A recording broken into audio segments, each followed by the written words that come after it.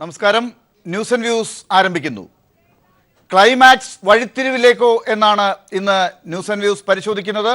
News and views അന്വേഷിക്കുന്ന ചോദ്യങ്ങൾ: Pulsar സുനിയുടെ വക്കാലത്ത് ആളൂരിന് കിട്ടിയത് സ്വാഭാവികമായോ? ഞെട്ടിക്കുന്ന അറസ്റ്റ് പ്രതീക്ഷിച്ചവർ നിരാശരായോ? ദിലീപ് മുൻകൂർ ജാമ്യം എടുക്കുമെന്ന വാർത്തകൾക്ക് അടിസ്ഥാനമുണ്ടോ? ഇതുവരെ കിട്ടിയ തെളിവുകൾ കേസിൽ ദിലീപിനെ കൂട്ടിയിണക്കാൻ പര്യാപ്തമോ? പൾസർ മുൻപ് ആക്രമിക്കാൻ ശ്രമിച്ച നടിയുടെ പരാതിയും അന്വേഷിക്കുമോ? പോലീസിന്റെ ജാഗ്രതയോടെയുള്ള അന്വേഷണം കേസിനെ ഉടൻ ക്ലൈമാക്സിൽ എത്തിക്കുമോ? പൾസർ പറഞ്ഞ സ്രാവുകൾ ആരെല്ലാം?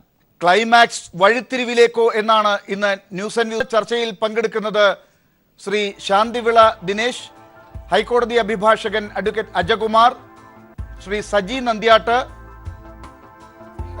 അഡ്വക്കേറ്റ് BA ആളൂർ, ഒപ്പം മുൻ SP സുഭാഷ് ബാബു എന്നിവർ. ക്ലൈമാക്സ് വഴിത്തിരിവിലേക്കോ? അഡ്വക്കേറ്റ് അജകുമാർ, ഇപ്പോൾ മാധ്യമങ്ങളിൽ വരുന്ന റിപ്പോർട്ടുകൾ അനുസരിച്ച് ദിലീപ്, നാദിർ ഷാ എന്നിവർ ഉടൻ അറസ്റ്റ് ചെയ്യപ്പെടും. ഇവർക്ക് മുൻകൂർ ജാമ്യം എടുക്കാനുള്ള പരിപാടിയാണ് ഇപ്പോഴുള്ളത്. ഇതൊക്കെയാണ് നമ്മൾ കേൾക്കുന്നത്. ഇത് കേൾക്കാൻ തുടങ്ങിയിട്ട് തന്നെ ഇപ്പോൾ ഏതാണ്ട് 48 മണിക്കൂറോളമായി. ഇതുവരെയും ഒന്നും സംഭവിച്ചിട്ടില്ല. ഇപ്പോൾ ലഭിക്കുന്ന വിവരമനുസരിച്ച്, തെളിവുകൾ നമ്മുടെ മുമ്പിലുള്ളതനുസരിച്ച് ദിലീപും നാദിർ ഷായും ഒക്കെ അറസ്റ്റ് ചെയ്യപ്പെടാനുള്ള ഒരവസ്ഥയിലേക്ക് കാര്യങ്ങൾ എത്തിയിട്ടുണ്ടോ? നമ്മൾ ഇത്രയും തെളിവുകൾ ഇപ്പോൾ അന്വേഷണ സംഘം അവലോകനം ചെയ്തുകൊണ്ടിരിക്കുകയാണ്. അവരുടെ സാറ്റിസ്ഫാക്ഷൻ അനുസരിച്ച് ഇതിന് മതിയായ തെളിവുകൾ കണ്ടെത്തി എന്ന് അവർക്ക് തോന്നിയാൽ അടുത്ത് കുറ്റവാളിയിലേക്ക് അറസ്റ്റ് നീങ്ങും എന്നുള്ള കാര്യത്തിൽ സംശയമില്ല. ഇതിലെ കുറ്റവാളി ആരെന്ന് ഉറപ്പിക്കുവാൻ നമുക്കിപ്പോഴും കഴിഞ്ഞിട്ടില്ല. അത് ചെയ്യേണ്ടത് അന്വേഷണ ഉദ്യോഗസ്ഥനും അന്വേഷണ ഏജൻസികളുമാണ്. അതായത് ഇപ്പോൾ ഈ കേസിൽ പൾസർ സുനി പിടിക്കപ്പെട്ടതിന് ശേഷം കോടതിയിൽ ഹാജരാക്കപ്പെട്ടപ്പോഴും അതല്ലെങ്കിൽ ജയിലിൽ അദ്ദേഹം ഉണ്ടായിരുന്ന സമയത്തും വിളിച്ച കോളുകളിൽ നിന്ന് കിട്ടിയ സൂചനകളും ആ കോൾ ഡീറ്റെയിൽസിൽ നിന്ന് കിട്ടിയ സൂചനകളും അവിടുത്തെ CCTV ദൃശ്യങ്ങളും ഒക്കെ എടുത്തിട്ടാണ്, അതിനെ പിന്തുടർന്നാണ് ഈ ദിലീപിലേക്കും അതല്ലെങ്കിൽ ദിലീപിൻ്റെ സഹായിയിലേക്കും നാദിർ ഷായിലേക്കും ഒക്കെ വിളിച്ചതിൻ്റെ സൂചനകൾ ഇപ്പോൾ പുറത്തേക്ക് വരുന്നത്. അത് ഗൂഢാലോചനയെക്കുറിച്ച് അന്വേഷിക്കാൻ പോലീസ് തന്നെ ശ്രമിച്ചതിൻ്റെ ഫലമായിട്ടാണ് എന്നുള്ള രീതിയിലും വാർത്തകൾ പുറത്തേക്ക് വരുന്നുണ്ട്. അപ്പോൾ ഇതെല്ലാം വെച്ചുകൊണ്ട് ഇപ്പോൾ പൾസർ സുനി പിടിക്കപ്പെട്ടതിന് ശേഷമുള്ള വിവരങ്ങൾ വെച്ച് ഈ പറയുന്ന കാര്യങ്ങൾ തെളിവുകളായി സ്വീകരിച്ചുകൊണ്ട്, ശാസ്ത്രീയ തെളിവുകളാണെന്ന് കൺസിഡർ ചെയ്തുകൊണ്ട് ഈ ദിലീപിലേക്കും നാദിർ ഷായിലേക്കും എത്താൻ സാധിക്കുമോ? ജയിലിൽ നിന്ന് ഒരു പ്രതി പുറത്തുള്ള ഒരാളെ ഫോൺ ചെയ്യുന്ന ഒരു സാഹചര്യമുണ്ടായാൽ ആ സാഹചര്യം എങ്ങനെയാണ് ജയിലിന് പുറത്തുള്ളയാൾ റെസ്പോണ്ട് ചെയ്തത് എന്നുള്ള കാര്യം ഈ കേസിൽ പരമപ്രധാനമാണ്. ഈ പല പ്രാവശ്യം പൾസർ സുനി ഈ ബന്ധപ്പെട്ട സംശയിക്കപ്പെടുന്ന ആരോപണം വിധേയരായവരെ ബന്ധപ്പെട്ടതായി പറയുന്നു. എന്നാൽ ഒരു കത്തെത്തുന്നത് വരെ പോലീസിലേക്ക് ഒരു ഇൻഫർമേഷൻ വന്നതായി നമുക്കറിയില്ല. ജയിലിൽ നിന്ന് മൊബൈൽ ഫോണിലൂടെ പുറത്തുള്ള ഒരാളെ വിളിച്ചാൽ ആ ഫോൺ അറ്റൻഡ് ചെയ്യുന്നത് പോലും ഇമ്മീഡിയറ്റായിട്ട് ഒരു കുറ്റകൃത്യത്തെ നമ്മൾ പ്രൊമോട്ട് ചെയ്യുന്നതിനോ ഭാഗവാക്കാകുന്നതിനോ തുല്യമാണ്.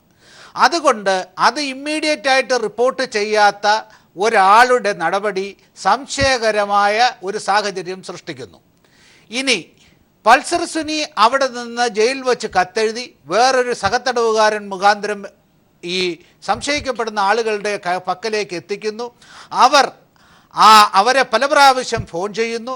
ആ ഫോൺ ചെയ്ത റെക്കോർഡുകൾ, ശാസ്ത്രീയമായ തെളിവുകൾ കിട്ടുന്നു.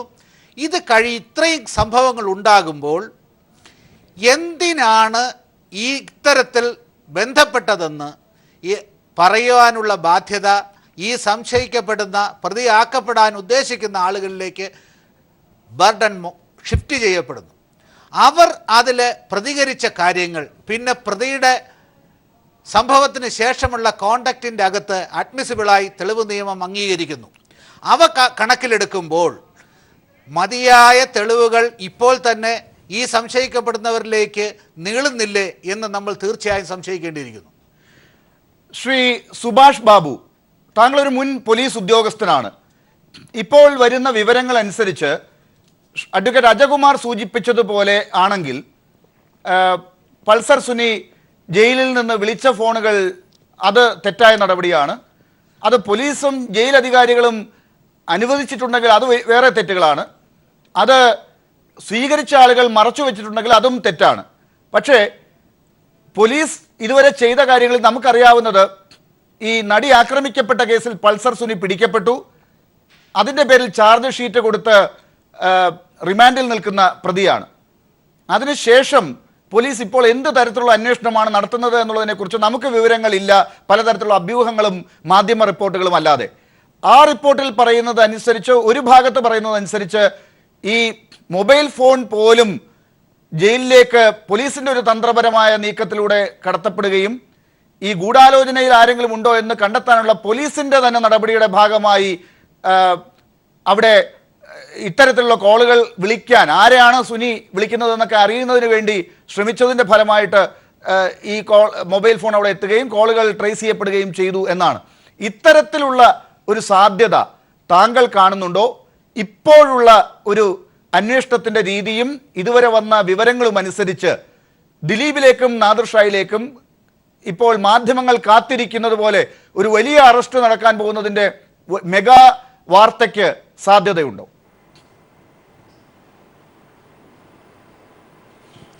അല്ല, പോലീസിൻ്റെ സഹായത്തോടു കൂടിയിട്ട് തന്നെ ഫോൺ കൊടുക്കാൻ സാധ്യതയൊക്കെ ഉണ്ട്. അതുണ്ടെങ്കിൽ അത് അന്വേഷണ ഉദ്യോഗസ്ഥൻ അത് റെക്കോർഡ് ചെയ്തതിന് ശേഷം കോടതിയെ ബോധ്യപ്പെടുത്തുക, അല്ലെങ്കിൽ കോടതിയുടെ അനുവാദത്തോടു കൂടി പോലീസിന് ചെയ്യാവുന്നത്. കാരണം കോടതിയുടെ റിമാൻഡിലാണ് ആ വ്യക്തി ഉള്ളത്. അതുകൊണ്ട് കോടതിയുടെ അനുവാദത്തോടു കൂടി അല്ലാതെ അദ്ദേഹത്തിനെ ചോദ്യം ചെയ്യുകയോ അല്ലെ മറ്റു രീതിയിൽ ബന്ധപ്പെടാനോ ഒന്നും സാധ്യമല്ല. അപ്പോൾ അങ്ങനെ ചെയ്തിട്ടില്ല എന്നാണ് മനസ്സിലാക്കുന്നത്. അങ്ങനെ ചെയ്തിട്ടില്ലെങ്കിൽ ശരിക്കും പോലീസ് ചെയ്തത് ഒരു കുറ്റമാണ്. ആ സാഹചര്യത്തിൽ നമുക്ക് മനസ്സിലാക്കാൻ കഴിയുന്നത് എന്താണെന്ന് പറയുക, ആ പ്രതിക്ക് മറ്റാളുകളിൽ നിന്ന് സ്വായത്തമായിട്ട് അദ്ദേഹത്തിൻ്റെ നിയന്ത്രണത്തിൽ തന്നെ ഫോൺ കിട്ടിയതായിരിക്കാനാണ് സാധ്യതയുള്ളത്. അപ്പോൾ അങ്ങനെ കിട്ടിയിട്ടുണ്ടെങ്കിൽ ആ ഫോൺ വിളിച്ചത് കുറ്റകരമാണ്. അതുകൊണ്ട് ജയിലധികാരികൾ അത് ശ്രദ്ധിച്ചില്ല എന്നുള്ളത് അവരുടെ പേരിൽ നടപടിക്ക് വിധേയമാക്കാവുന്നതാണ്.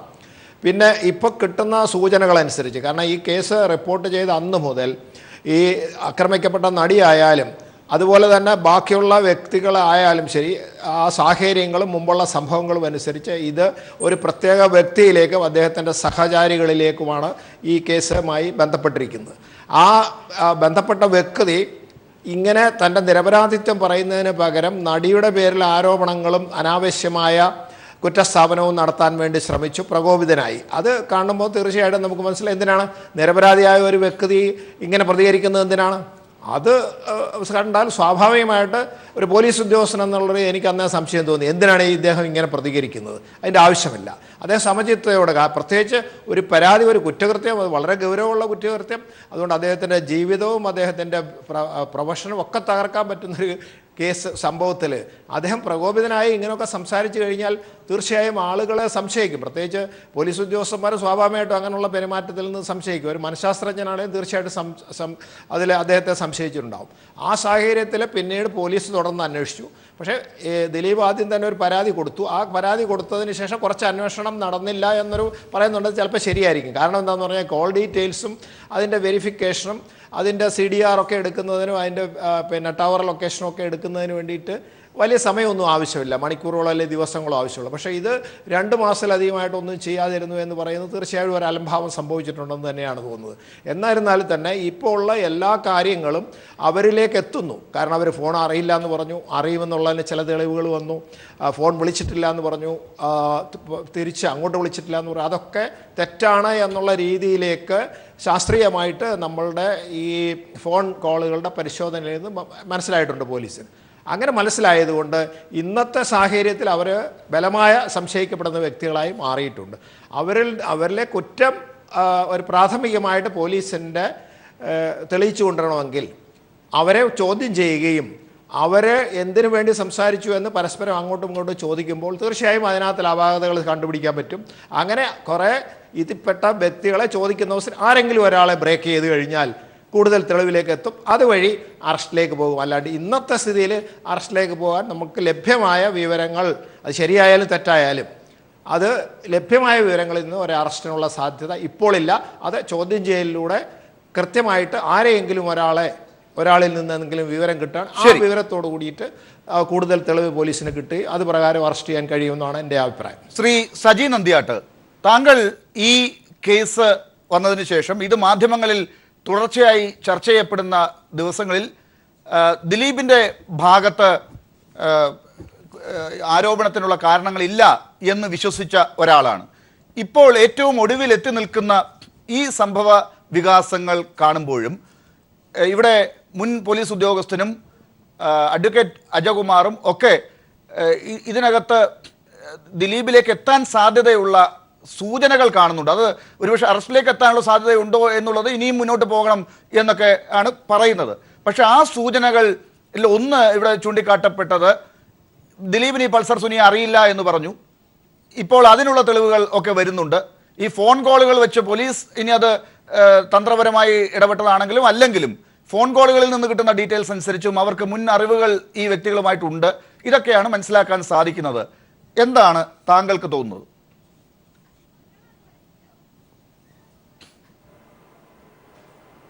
അല്ല, എനിക്ക് തോന്നുന്നത് ഇപ്പോൾ എനിക്ക് മുമ്പ് സംസാരിച്ച രണ്ട് ബഹുമാനരായ ആൾക്കാർ സംസാരിച്ചത് കുറച്ചുകൂടെ യാഥാർത്ഥ്യബോധം ഉൾക്കൊണ്ടുകൊണ്ടാണെന്ന് എനിക്ക് തോന്നുന്നു. യാഥാർത്ഥ്യത്തിൽ അധിഷ്ഠിതമായ ഒരു കുറേ കാര്യങ്ങൾ പറഞ്ഞിട്ടുണ്ട്. അതിൽ നിന്നും നമുക്കറിയാം, ഇപ്പോൾ ദിലീപിലേക്ക് കാര്യങ്ങൾ എത്രയെങ്കിലും ശാസ്ത്രീയമായ കുറേ കാര്യങ്ങളൂടെ അത് കോർത്തിണക്കേണ്ടതുണ്ട്. പോലീസിൻ്റെ ഉന്നതതല യോഗം ഇപ്പോൾ നേർന്നുകൊണ്ടിരിക്കുകയാണ്. അവരിതിൻ്റെ കേസിൻ്റെ എല്ലാ കാര്യങ്ങളും പോസ്റ്റ്മോർട്ടം നടത്തിക്കൊണ്ടിരിക്കുന്നു. ഇനി മുന്നോട്ട് എങ്ങനെ? അപ്പോൾ അവരതെല്ലാം നമുക്ക് തലനാര കീറി അവർ പരിശോധിക്കപ്പെട്ടുകൊണ്ടിരിക്കുന്ന സമയമാണ്. അപ്പോൾ നമുക്കൊന്ന് കുറച്ച് നമ്മുടെ നാട്ടിലൊരു പഴഞ്ചൊല്ലുണ്ട്, ഈ വേവുകോളം നിൽക്കാമെങ്കിൽ പിന്നെ 6 കോളം നിന്നുകൂടെ എന്ന്. അപ്പോൾ നമുക്കറിയാം ഇപ്പോൾ ഒരു 2 ദിവസത്തേക്കകമെങ്കിലും ഇതിന് ഒരു പരിസമാപ്തി ഉണ്ടാകുമെന്നാണ് ഞാൻ പ്രതീക്ഷിക്കുന്നത്. പിന്നെ ഈ പറഞ്ഞതുപോലെ നമുക്ക് ഇപ്പോൾ ജോർജ് ഏട്ടൻ പൂരത്തിൻ്റെ സെറ്റിൽ പൾസർ സുനി വർക്ക് ചെയ്തിട്ടുണ്ടെന്ന് പറയുന്നു. അതിൻ്റെ ദൂരെ നിൽക്കുന്ന ഒരു ഫോട്ടോയൊക്കെ ഉണ്ട്. അതൊക്കെ യാഥാർത്ഥ്യബോധമുള്ളതാണെന്ന് തോന്നുന്നു. പക്ഷേ എന്നാലും എൻ്റെ ഒരു നമ്മളൊക്കെ ഒരു ഞാനൊക്കെ 5-6 പടങ്ങൾ ചെയ്തിട്ടുണ്ട്. പക്ഷേ ഒരു ഡ്രൈവർ വന്ന് വർക്ക് ചെയ്താൽ സ്വാഭാവികമായിട്ടും അവിടെ പ്രൊഡക്ഷൻ ഉള്ളവർക്ക് അറിയാം. പക്ഷേ നടന്മാർക്കോ അല്ലെങ്കിൽ പ്രൊഡ്യൂസർക്കോ അറിയണമെന്നില്ല. കാരണം നമ്മൾ പ്രൊഡക്ഷൻ എക്സിക്യൂട്ടീവിനെ കാര്യം ഏൽപ്പിക്കുകയാണ്. പിന്നെ എൻ്റെ പടത്തിൽ പോലും ഈ അടുത്ത നാൾ ഒരാൾ തന്നെ പരിചയപ്പെട്ടു. ഇങ്ങനെ ചാക്കോ രണ്ടാമത് ഞാൻ വർക്ക് ചെയ്തതാണ്. അപ്പോഴാണ് ഞാൻ അദ്ദേഹത്തെ അറിയുന്നത് തന്നെ. അപ്പോൾ എങ്ങനെയെങ്കിലും ഒരു കുറ്റകൃത്യം ചെയ്യണമെന്ന് മുൻകൂട്ടി പ്ലാൻ ചെയ്ത് ഈ സെറ്റിൽ എത്തിയതാണോ? നമ്മുടെ വീട്ടിലൊക്കെ മോഷ്ടിക്കാൻ വരുന്നവർ ചിലപ്പോൾ പാത്രക്കച്ചവടക്കാരൻ്റെ വേഷത്തിൽ വരും, ചിലപ്പോൾ പേപ്പർ വാങ്ങുന്ന വേഷത്തിൽ വരും, പല വേഷത്തിൽ വരും. അപ്പം നമുക്കത് എങ്ങനെയാണ് എന്ന് നമ്മളാരും പറയുന്നതിൻ്റെ അത് അന്തിമമാവത്തില്ല. പിന്നെ എനിക്ക് പറയാനുള്ളത്, ലോക ചരിത്രം ചതിയുടെ ചരിത്രമാണ്. അപ്പോൾ നമ്മുടെ ആത്മീയതയിൽ തന്നെ ആദ്യത്തെ ചതിയെന്ന് പറയുന്നത് നമുക്കറിയാം, നമ്മുടെ 30 വെള്ളിക്കാശിന് ഒറ്റിക്കൊടുത്ത യൂദയാണ്. പിന്നീട് നമ്മുടെ വർത്തമാന സമൂഹത്തിൽ നമുക്കറിയാം, നമ്മൾ കണ്ട ഏറ്റവും വലിയൊരു പ്രസംഗം തന്നെയുണ്ട് ഒരു ചതിയൻ്റെ. അത് മാർക്ക് ആന്റണിയുടെയാണ്. അദ്ദേഹം നമ്മുടെ സീസറിൻ്റെ ശവശരീരവുമായി റോമാ തെരുവിൽ വന്ന് നിന്നുകൊണ്ട് ജനക്കൂട്ടത്തോട് പറയുകയാണ്, ഇവരെ തല്ലിക്കൊല്ലു എന്നുള്ള ഉറപ്പാണ്. അപ്പോൾ അദ്ദേഹം പറയുന്നുണ്ട്, friends, Romans, the countryman, let me your ears, I am here to bury the Caesar, not to praise him എന്നൊരു ഫ്രേസ് ഉണ്ട്. അത് വലിയൊരു പ്രസംഗമാണ്. അപ്പോൾ അദ്ദേഹത്തിൻ്റെ ഒരു മാസ് സൈക്കോളജി, ജനക്കൂട്ടം തല്ലിക്കൊല്ലാൻ നിന്നയാളെ ജനക്കൂട്ടം ആക്രമിക്കാതിരിക്കുന്ന ഒരു ചരിത്ര സംഭവം നമ്മുടെ മുമ്പിലുണ്ട്. അപ്പം ഞാൻ പറഞ്ഞത്, ഇവിടെ ഒരു ചതി മണക്കുന്നുണ്ടോ എന്നാണ് എനിക്ക് സംശയിക്കാനുള്ളത്. ഇപ്പോഴും ദിലീപുമായി അടുത്ത വൃത്തങ്ങളുമായി സംസാരിച്ചപ്പോൾ ഞാൻ ഒരിക്കൽ കൂടെ ആവർത്തിക്കട്ടെ, ദിലീപ് എൻ്റെ സുഹൃത്തല്ല. ചിലർ പറയുന്നു ഞാൻ കൊട്ടേഷൻ വാങ്ങിയിരിക്കുകയാണെന്നൊക്കെ പറയുന്നു. എന്നെ അറിയാവുന്നവർക്കറിയാം. പക്ഷെ ദിലീപ് എൻ്റെ സുഹൃത്തല്ല. ദിലീപുമായി ഞാൻ 5-6 പ്രാവശ്യം കണ്ടിട്ടുണ്ട്. അത് തിരക്കിനിടയിലാണ്. കഴിഞ്ഞ ഇലക്ഷനിൽ പോലും അദ്ദേഹം എനിക്ക് വോട്ട് ചെയ്ത ആളല്ല. ഞാൻ പറഞ്ഞത്, ഞാൻ അദ്ദേഹത്തിൻ്റെ സൈഡ് നിൽക്കുകയല്ല. ഞാൻ എപ്പോഴും വിശ്വസിക്കുന്നത് അദ്ദേഹം പ്രതിയാകരുതെന്ന് പ്രാർത്ഥിക്കുന്നു. ഒപ്പം ഇരയോടൊപ്പം തന്നെ നിൽക്കുകയാണ്. ലാൽ പറഞ്ഞതുപോലെ ആദ്യ കാലം മുതൽ ലാലറിയും, ഞാനിവിടെ 12ാമത്തെ ചർച്ചയിലാണ് ലാലിനോടൊപ്പം ഇരിക്കുന്നത്. മറ്റ് ചാനലുകളൊക്കെ ഞാൻ ചർച്ച ചെയ്ത് ഏറ്റവും കൂടുതൽ ചർച്ച ചെയ്തിട്ട് ഇരയോടൊപ്പം മാത്രമാണ് ഞാൻ നിന്നിട്ടുള്ളത്. അതോടൊപ്പം ഞാനൊരു കാര്യം പറഞ്ഞു, നമ്മുടെ നാട്ടിൽ ഒരു നിയമമുണ്ട്. നമ്മുടെ രാജ്യം റിപ്പബ്ലിക്കാകുന്നത് എങ്ങനെയാണ്? നമുക്ക് സ്വന്തമായ ഒരു ഭരണഘടന ഉള്ളതാണ്. ആ ഭരണഘടനയിൽ 4ാമത്തെ അധ്യായത്തിൽ ലാലിനറിയാലോ, directive principle of state policy article 36 to 51 എന്താ പറയുന്നത്? നമ്മുടെ മൗലിക അവകാശമാണ്. ആ മൗലിക അവകാശം നമുക്ക് അഭിപ്രായം പറയാം. അഭിപ്രായം ഇരുമ്പലൊക്കെ ഒന്നുമല്ല. Right to express our opinion in favour or in against എന്ന നമ്മുടെ അഭിപ്രായം നമുക്ക് എതിരായി പ്രതികൂലമായി പറയാനുള്ള സ്വാതന്ത്ര്യം നമ്മുടെ, അതാണുള്ള ജനാധിപത്യത്തിൻ്റെ ഏറ്റവും വലിയ ഉദാഹരണം. ലോകത്തിലെ ആരെങ്കിലും നമ്മുടെ നിയമ സംവിധാനത്തെ മേജർ ഗോൾ എന്ന് വിശേഷിപ്പിക്കുന്നതിന്റെ 4ാമത്തെ അധ്യായം ഇന്ത്യൻ ഭരണഘടനയുടെ.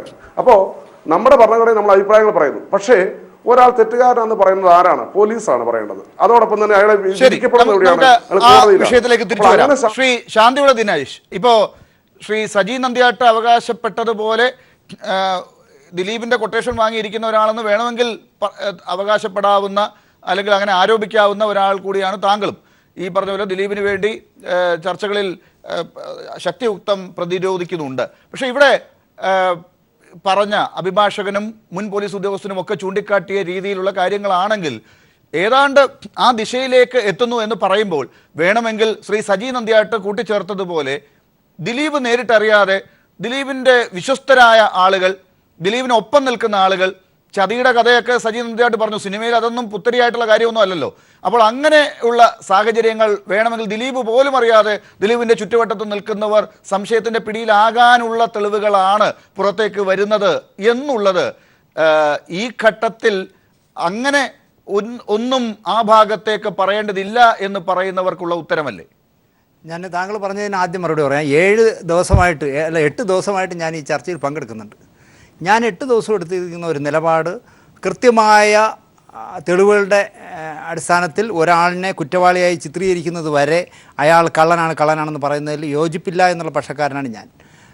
ദൗർഭാഗ്യം എന്ന് പറയട്ടെ, ഇപ്പോൾ ഒരു സംവിധായകൻ ബൈജു കൊട്ടാരക്കര എന്ന് പറഞ്ഞ ആൾ ഒരു ചാനലിൽ പറഞ്ഞു, ഞാൻ ലക്ഷക്കണക്കിന് രൂപ ദിലീപിൻ്റെ നിന്ന് വാങ്ങിയിട്ടാണ് ഈ ദിലീപിന് വേണ്ടി സംസാരിക്കുന്നത്. ഞാൻ ദിലീപിന് വേണ്ടി സംസാരിക്കുന്ന ഒരാളല്ല.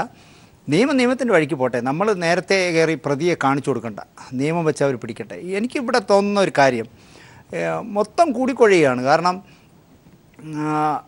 ഒരു വർഷത്തെ ഫോണിൻ്റെ പ്രിൻ്റ് ഔട്ട് എടുത്ത് പരിശോധിച്ചപ്പോൾ ആ ഒരു വർഷത്തെ കോളിനിടയിൽ ദിലീപ് ഈ പറയുന്ന ക്രിമിനലുമായി സംസാരിച്ച ഒരു നമ്പരും ഇല്ല. ആകെ ഉള്ളത് MG റോഡിലെ ടവറിൽ ഒരേ സമയം 2 പേരും വന്നിട്ടുണ്ടെന്നുള്ളതാണ്. അതിപ്പോൾ 2 പേരും ഒരേ സമയം ഒരു ടവറിൽ വരുന്നത് കുറ്റമല്ല.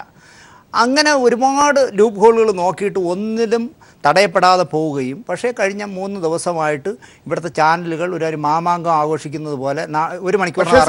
ദിനേശ്, അതൊക്കെ പറയുമ്പോഴും ഈ ദിലീപിന്റെ കൂടെയുള്ള ദിലീപിന്റെ വളരെ അടുത്ത തോഴനായ നാദിർ ഷായും ഈ പൾസർ സുനിയും തമ്മിൽ 8 മിനിറ്റ് സംസാരിച്ചു ഈ ജയിലിലെ ഫോണിൽ നിന്ന്, ജയിലിലെ അനധികൃതമായി എന്ന് നമ്മളിപ്പോൾ പറയുന്ന ഫോണിൽ നിന്ന് എന്നുള്ളത് ഇപ്പോൾ തെളിവ് ഉള്ളതാണ്. അപ്പോൾ അതൊക്കെ പിന്നീട് വന്ന സൂചനകളാണല്ലോ. അല്ല, അവിടെയാണ് പ്രശ്നം. അതായത് ജയിലിൽ കിടക്കുന്ന ഒരു ക്രിമിനൽ പറയുന്ന 8 മിനിറ്റിൽ ജയിലിൽ നിന്ന് അനധികൃതമായി സംസാരിച്ച ഫോണിനെയാണോ വിശ്വസിക്കേണ്ടത്? ഒരു കലാകാരനായി പുറത്തുനിന്ന് ആ ഫോൺ എടുത്ത ഇയാളെയാണോ സംശയിക്കേണ്ടതെന്ന് ഒന്നാമത്തെ പ്രശ്നം. രണ്ടാമത്തെ പ്രശ്നം, ഇതിലിപ്പം നാദിർ ഷാ പെട്ടിട്ടുണ്ടെങ്കിൽ, നാദിർ ഷാ സംസാരിച്ച റെക്കോർഡ് ചെയ്തിരിക്കുമല്ലോ. ഈ ജയിലിൽ നിന്ന് പോലീസുകാർ തന്നെയാണ് ഇതൊക്കെ കൊടുത്ത് ഈ കളികളൊക്കെ കളിച്ചതെങ്കിൽ പോലീസുകാർ സ്വാഭാവികമായിട്ടും അത് റെക്കോർഡ് ചെയ്തിരിക്കുമല്ലോ. ആ പറഞ്ഞ മാറ്റർ എന്താണെന്ന് അവർ നോക്കട്ടെ. നോക്കിയിട്ട് അവർ സംസാരിച്ചിരിക്കുന്നത് എന്തോ ഡീൽ ഉറപ്പിച്ചതാണെന്നോ അല്ലെങ്കിൽ പ്രതിഫലത്തിൻ്റെ തർക്കമാണെന്നോ 1.5 കോടി രൂപയൊക്കെ ഈ ഒരു ഡ്രൈവർ ചെറുക്കന് കൊടുക്കാമെന്നൊക്കെ പറയുമെന്ന് പറഞ്ഞാൽ, സത്യം പറഞ്ഞാൽ അംബാനി പോലും ചെയ്യുമെന്ന് എനിക്ക് തോന്നുന്നില്ല. അപ്പോൾ ഇത് എന്താണെന്ന് ഇത്രയും പൈസയൊക്കെ മലയാള സിനിമയിൽ ഒരാളുടെ കയ്യിൽ ഇല്ല എന്നാണ്. ഇവിടെ ഇപ്പോൾ 100 കോടി ക്ലബിലേക്കാണ് മലയാള സിനിമ പൊയ്ക്കൊണ്ടിരിക്കുന്നത് എന്നുള്ളത് താങ്കൾക്കും അറിയാവുന്ന കാര്യമാണ്. ദിലീപിന്റെ വരാൻ പോകുന്ന സിനിമയുടെ നിർമ്മാതാവ് ആ 100 കോടി ക്ലബിലേക്ക് പോയ സിനിമ എടുത്ത നിർമ്മാതാവുമാണ്. 200ലേക്ക് പോവാണ് തീർച്ചയായും. അപ്പോൾ പിന്നെ ഈ 1.5 കോടിയൊക്കെ മലയാള സിനിമയിൽ പലർക്കും ഒക്കെ ഉണ്ടാവില്ല എന്ന് പറയുന്നത് അത്ര വിശ്വസിക്കാൻ. ആ മുളക് പാടത്തിനോട് ചോദിച്ചാൽ പോലും അയാൾ ഇങ്ങനെ 1.5 കോടി രൂപ ആർക്കെങ്കിലും ഇതുപോലെ ചുമ്മാ കൊടുക്കുമെന്ന് എനിക്ക് തോന്നില്ല. ശരി, അഡ്വക്കേറ്റ് അജകുമാർ, ഇപ്പോൾ ഇവിടെ പറയുന്ന രീതി അനുസരിച്ച് ഈ പൾസർ സുനി നാദിർ ഷായെ വിളിച്ചിട്ടുള്ള 8 മിനിറ്റാണ് പ്രധാനമായി ഒരു സൂചനയായി പറയുന്നത്. ഈ 8 മിനിറ്റ് വിളിക്കുന്നതിന് ഞാൻ നേരത്തെ സംശയിച്ചതുപോലെ, ചിലരൊക്കെ ഇവിടെ പറഞ്ഞതുപോലെ പോലീസിന്റെ തന്നെ ചില തന്ത്രങ്ങളായി ചിലർ കാണുന്നുണ്ട്. ഈ ഫോൺ പോലും അകത്തേക്ക് കയറ്റി വിട്ടുകൊണ്ട് അത് അങ്ങനെ സാധ്യതയുണ്ടെന്ന് ശ്രീ സുഭാഷ് ബാബുവും പറഞ്ഞു. ഇതിപ്പോൾ എല്ലാം പോലീസ് ചെയ്തതാണെന്ന് ഞാൻ അവകാശപ്പെടുന്നില്ല, അത് താങ്കൾക്കും അതിനകത്ത് അഭിപ്രായം പറയാവുന്നതാണ്. അഥവാ ഇനി പോലീസ് അങ്ങനെ പറയിച്ചതാണെങ്കിൽ നാദിർ ഷാ പോലീസിൻ്റെ തന്നെ നിർദ്ദേശത്തെ തുടർന്ന് ഇയാളെ ട്രാപ്പ് ചെയ്യാനായി, റെക്കോർഡ് ചെയ്യാനായി ഈ കോളിൽ സംസാരിച്ച് 8 മിനിറ്റ് വരെ ദീർഘിപ്പിച്ചു കൊണ്ടുപോയതാണ് എന്നൊരു വാദം നാദിർ ഷായുടെ ഭാഗത്തു നിന്ന് ഉണ്ടാകാവുന്നതാണ്. അത് എങ്ങനെ ഈ കേസിനെ ബാധിക്കും? എനിക്ക് ഇപ്പോൾ സമാനമായി പറയാനുള്ളൊരു സാഹചര്യം, പണ്ടൊരു പ്രതിയുടെ വീട്ടിൽ, പ്രതിയല്ല, അയാൾ പ്രതിയെ അല്ലാതിരിക്കുമ്പോൾ പോലീസ് ഡോഗ് മണപ്പിച്ച് ചെന്നു. അയാൾ അവിടെ പോലീസ് സെർച്ച് ചെയ്തു, ഒന്നും കിട്ടിയില്ല. ഇയാളെ വിളിച്ചുകൊണ്ട് പോയി കുറേ ചോദ്യങ്ങൾ ചോദിച്ചു, ഒന്നും കിട്ടിയില്ല.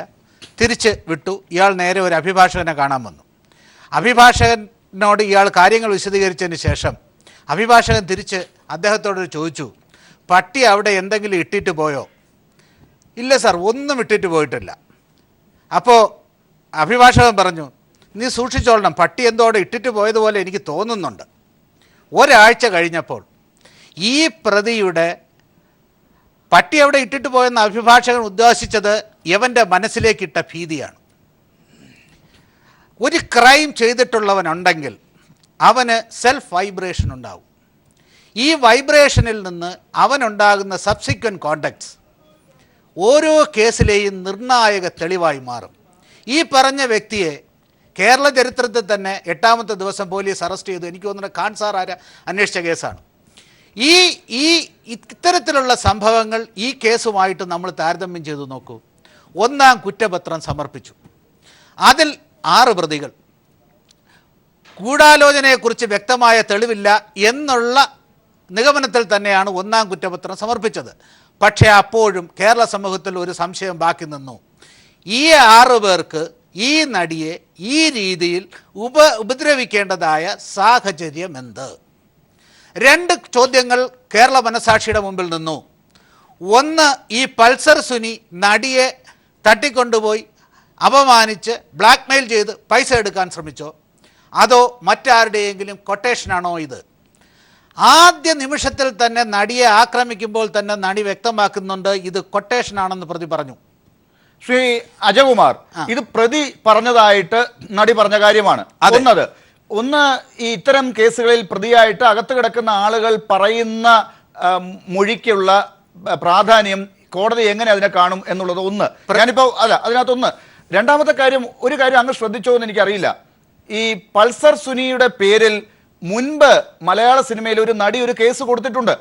അതായത് അവരെയും സമാനമായ രീതിയിൽ ആക്രമിക്കാൻ ശ്രമിച്ചു, തട്ടിക്കൊണ്ടുപോകാൻ ശ്രമിച്ചു എന്നുള്ള രീതിയിൽ മലയാളത്തിലെ ഒരു നിർമ്മാതാവിൻ്റെ ഭാര്യയായ ആ നടി പിന്നീട് ആ കേസ് മുന്നോട്ട് പോയതായി നമ്മൾ കാണുന്നില്ല. ഇപ്പൊ അത് അന്വേഷിക്കുന്നു പോലീസ് പറയുന്നു. പക്ഷെ ഞാൻ ഈ നടിയുടെ ഭർത്താവിനെ ഇന്ന് രാവിലെ ഫോൺ ചെയ്ത് ചോദിച്ചപ്പോൾ അദ്ദേഹം അതിന് തുനിയുന്നില്ല എന്നാണ് എന്നോട് പറഞ്ഞത്. ഇന്ന് ഈ ചർച്ചയിൽ പങ്കെടുക്കാൻ പറ്റുമോ എന്ന് ചോദിച്ചപ്പോൾ അദ്ദേഹം അത് പറ്റില്ല എന്നും പറഞ്ഞു. അദ്ദേഹം ഇതൊന്നും അറിഞ്ഞിട്ടില്ല എന്നാണ് പറയുന്നത്. അപ്പോൾ അങ്ങനെ ഒരു വശം ഈ കേസിനുണ്ട്, അഡ്വക്കേറ്റ് അജകുമാർ.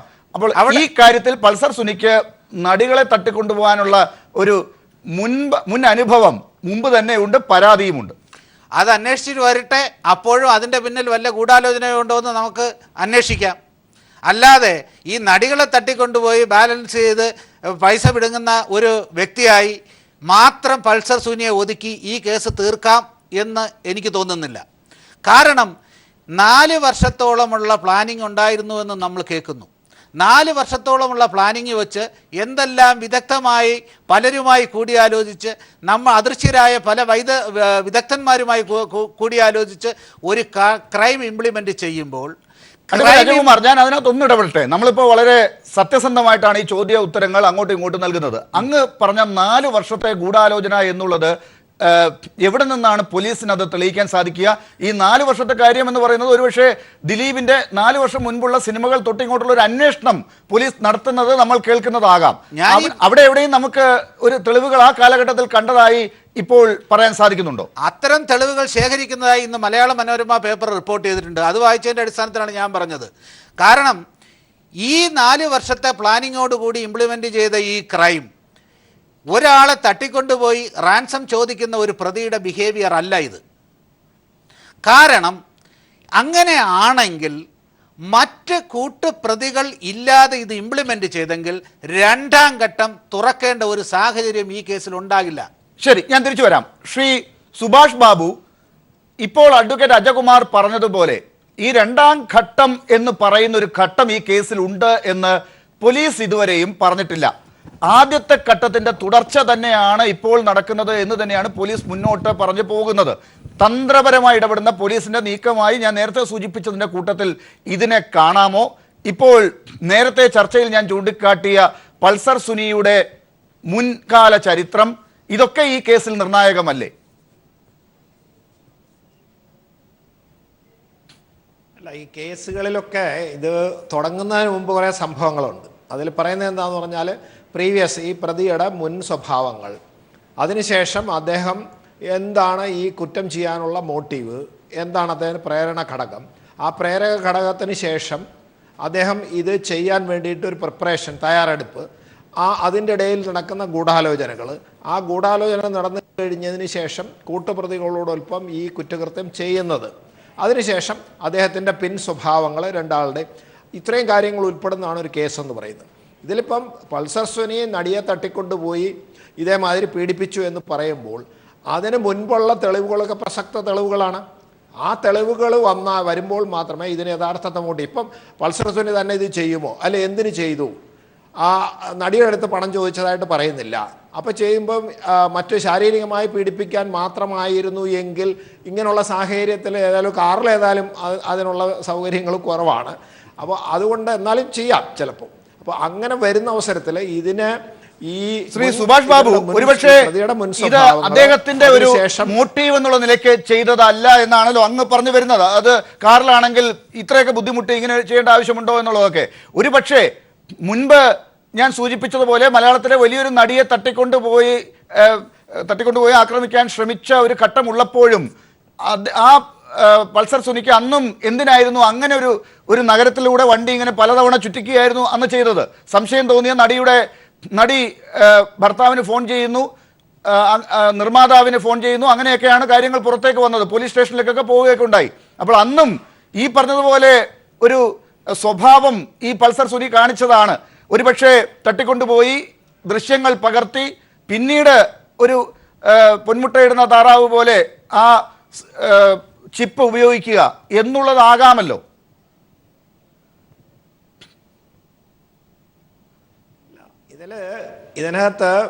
അതിനകത്തിലെ ഒരു ഡ്രൈവറായിരുന്നു. ആ ഡ്രൈവറെ മാറ്റിയതിന് ശേഷം ഈ വ്യക്തി അതിനകത്ത് കടന്നുകൂടി ആണ് ഈ കുറ്റകൃത്യം ചെയ്യുന്നത്. അപ്പോൾ തീർച്ചയായിട്ടും ആ വ്യക്തിക്കെങ്കിലും ഇതിനെപ്പറ്റി അറിവുണ്ടാകണമല്ലോ, അല്ലെങ്കിൽ അദ്ദേഹം മാറിക്കൊടുക്കുമോ? ഡ്രൈവറായിട്ട് പോയിരുന്ന വ്യക്തി ശ്രീ ലാൽ അയച്ച ഡ്രൈവറാണ്. അദ്ദേഹത്തെ മാറ്റിയതിനു ശേഷം ഇദ്ദേഹം അവിടെ കാറിനകത്ത് കയറുക, എന്നതിന് ശേഷം പീഡിപ്പിക്കുക, അദ്ദേഹത്തിന് 2-3 സഹായികൾ ഉണ്ടാകുക. ഇതൊക്കെ വെച്ച് നോക്കുമ്പോൾ എന്തായാലും ശരി, അതിനുള്ളിൽ തന്നെ ഒരു ഗൂഢാലോചന ഇല്ലേ? ഉണ്ട്. പക്ഷേ അങ്ങനെ ആ കൃത്യ ചെയ്യുന്നതിന് ഇത്ര ആളുകളെ കൂട്ടുപിടിക്കുമ്പം ഈ ഒരു നടിയെ പീഡിപ്പിക്കുക എന്ന് പറഞ്ഞൊരു ദൗത്യം മാത്രമാണെന്ന് നമ്മൾ വിശ്വസിക്കില്ല.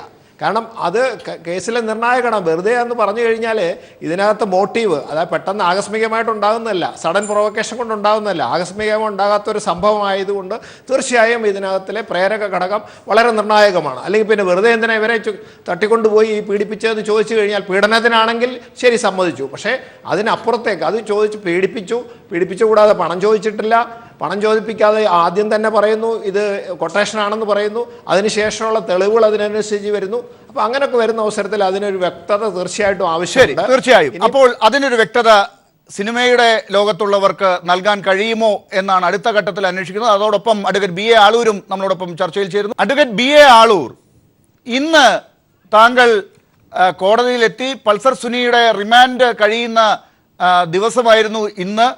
അവിടെ താങ്കൾ പൾസർ സുനിക്ക് വേണ്ടി ഹാജരാകാൻ ശ്രമിച്ചപ്പോൾ ഒരു കശപിശ ഉണ്ടായതായിട്ടാണ് മനസ്സിലാകുന്നത്. എന്താണ് സംഭവിച്ചത് കോടതിയിൽ? ഇതിന് നിങ്ങളുടെ ഭാഷയിൽ കശപിശയാണ് എന്ന് പറഞ്ഞാൽ അത് വളരെ ദയനീയമായൊരവസ്ഥയാണ്. ഒരു കക്ഷിയെ സംബന്ധിച്ചിടത്തോളം, ഒരു പ്രതിയെ സംബന്ധിച്ചിടത്തോളം, ഒരു വ്യക്തിയെ സംബന്ധിച്ചിടത്തോളം അയാൾക്ക് ഏത് അഭിഭാഷകനെ വയ്ക്കാനുള്ള ഒരു ഫണ്ടമെൻ്റൽ റൈറ്റ് ഇന്ത്യൻ കോൺസ്റ്റിറ്റ്യൂഷൻ കൊടുക്കുന്നതനുസരിച്ച് തന്നെ ക്രിമിനൽ നടപടിക്രമം 303 വകുപ്പ് അനുസരിച്ച് ആ അവകാശം ആ വ്യക്തിയിൽ നിക്ഷിപ്തമാണ്. ആ വ്യക്തി ആവശ്യപ്പെടുകയാണെങ്കിൽ ഏത് അഭിഭാഷകനായാലും ആ അഭിഭാഷകൻ വക്കാലത്ത് ഒഴിഞ്ഞു കൊടുക്കണമെന്നാണ് നിയമപരമായിട്ട് നമ്മുടെ അഡ്വക്കേറ്റ്സ് ആക്ട് പോലും ഒരു അഭിഭാഷകൻ്റെ കർത്തവ്യത്തിലേക്ക് വിരൽ ചൂണ്ടുന്നത്. ഇവിടെ എന്നെ സംബന്ധിച്ചിടത്തോളം ഈ കേസിൽ ഒരു അഭിഭാഷകൻ ഉണ്ടായിരുന്നു. ഈ അഭിഭാഷകനുമായി എൻ്റെ ഓഫീസ് ബന്ധപ്പെട്ടിരുന്നു. എൻ്റെ ഓഫീസ് ബന്ധപ്പെട്ടപ്പോൾ വളരെ മോശമായൊരു അനുഭവമാണ് എൻ്റെ ജൂനിയർ അഭിഭാഷകനുണ്ടായത്. എന്നാൽ ഒരു അഭിഭാഷകൻ്റെ സ്റ്റെപ്പ് ഇൻ ദെയർ ഷൂസ് അത് നടത്തേണ്ട ഒരു ആവശ്യമില്ലാതിരുന്നിട്ട് പോലും കക്ഷി ജയിലിലായിരുന്നതുകൊണ്ട്, കക്ഷിക്ക് നേരിട്ട് വിളിക്കാൻ പറ്റാത്തതുകൊണ്ട് ഈ പറയുന്ന വിവരം മാത്രം അഭിഭാഷകനെ അറിയിച്ചേ ഉള്ളൂ.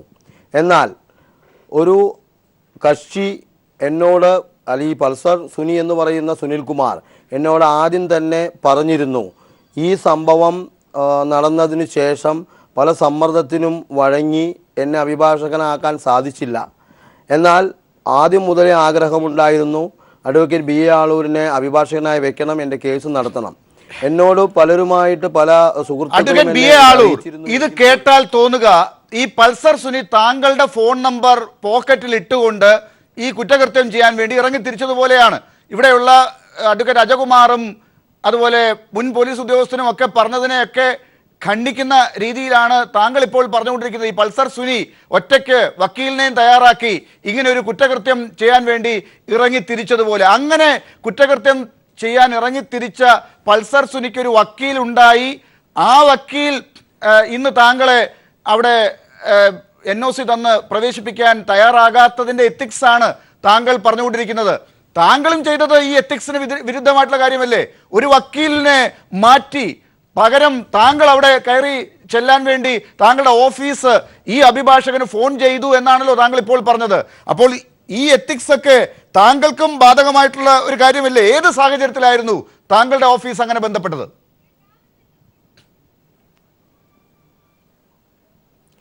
ഈ പറയുന്ന സുനിൽ കുമാർ ആവശ്യപ്പെട്ടതനുസരിച്ച് സുനിൽ കുമാറുമായി ഒരു കൂടിക്കാഴ്ച നടത്തി. അപ്പോഴാണ് സുനിൽ കുമാർ പറഞ്ഞത്, എനിക്ക് 2 ഓപ്ഷനേ ഉള്ളൂ. ഒന്ന്, ഞാൻ സൂപ്രണ്ടിൻ്റെ മുന്നിലൂടെ ഒരു അപേക്ഷ കോടതിയിലേക്ക് അയക്കും. ഇനി അത് സൂപ്രണ്ട് എത്തിച്ചില്ലെങ്കിൽ 4-ാം തീയതി വരെ എനിക്ക് കാത്തിരിക്കണം. ഞാൻ 28-ാം തീയതിയാണ് കൂടിക്കാഴ്ച നടത്തിയത്. എനിക്ക് 4-ാം തീയതി വരെ ഒരു 6-7 ദിവസം കാത്തിരിക്കണം. അപ്പോൾ മറ്റുള്ള പ്രതിയുടെ ആവശ്യങ്ങൾ മുന്നോട്ട് കൊണ്ടുപോകണമെങ്കിൽ അതൊരു തടസ്സമാകരുത്, വക്കാലത്തൊരു തടസ്സമാകരുത്. അതുകൊണ്ടാണ് 29-ാം തീയതി ജയിലിൽ നിന്നും അപേക്ഷ കൊടുത്തയച്ചില്ല എന്ന് മനസ്സിലാക്കിയതിൻ്റെ പശ്ചാത്തലത്തിൽ ഈ പറയുന്ന അഭിഭാഷകനുമായി ഒരു ഫോൺ സംഭാഷണം നടത്തിയത്. അത് എൻ്റെ പ്രൊഫഷണൽ എത്തിക്സിന്റെ ഭാഗമായതുകൊണ്ടാണ് I have step in his ശരി, ഞാൻ അതിനകത്തേക്ക് കൂടുതൽ ഇടപെടുന്നില്ല. താങ്കൾക്ക് കേസ് കിട്ടാൻ വേണ്ടി ഇങ്ങനെ പോയി അന്വേഷിച്ച് ജയിലിൽ പോയി പ്രതികളെ പോയി കണ്ടതാണെന്നൊന്നും ഞാൻ ആരോപിക്കുന്നില്ല. പക്ഷേ ഇവിടെ ശ്രീ ശാന്തിവിള ദിനേശ് അങ്ങനെ ആരോപിക്കുന്നുണ്ട്. ഒരു പ്രതിക്ക് സ്വാഭാവികമായി കിട്ടേണ്ട നിയമസഹായം നൽകുക എന്നതിനപ്പുറം എന്തുണ്ട് ഈ കേസിൽ താങ്കൾക്ക്? അപ്പോൾ പ്രതിയാണെങ്കിലും പ്രതിയെ നിയമസഹായം കൊടുക്കാൻ ഈ രാജ്യത്ത് വകുപ്പുകളുണ്ട്. അതനുസരിച്ച് ഈ പൾസർ സുനി എന്ന പ്രതിക്ക് താങ്കൾ നിയമസഹായം നൽകുന്നു എന്നതിനപ്പുറം ഈ പൾസർ സുനി നിരപരാധി എന്ന് പറയാനുള്ള തെളിവുകൾ താങ്കൾക്ക് നിരത്താനാകുമോ?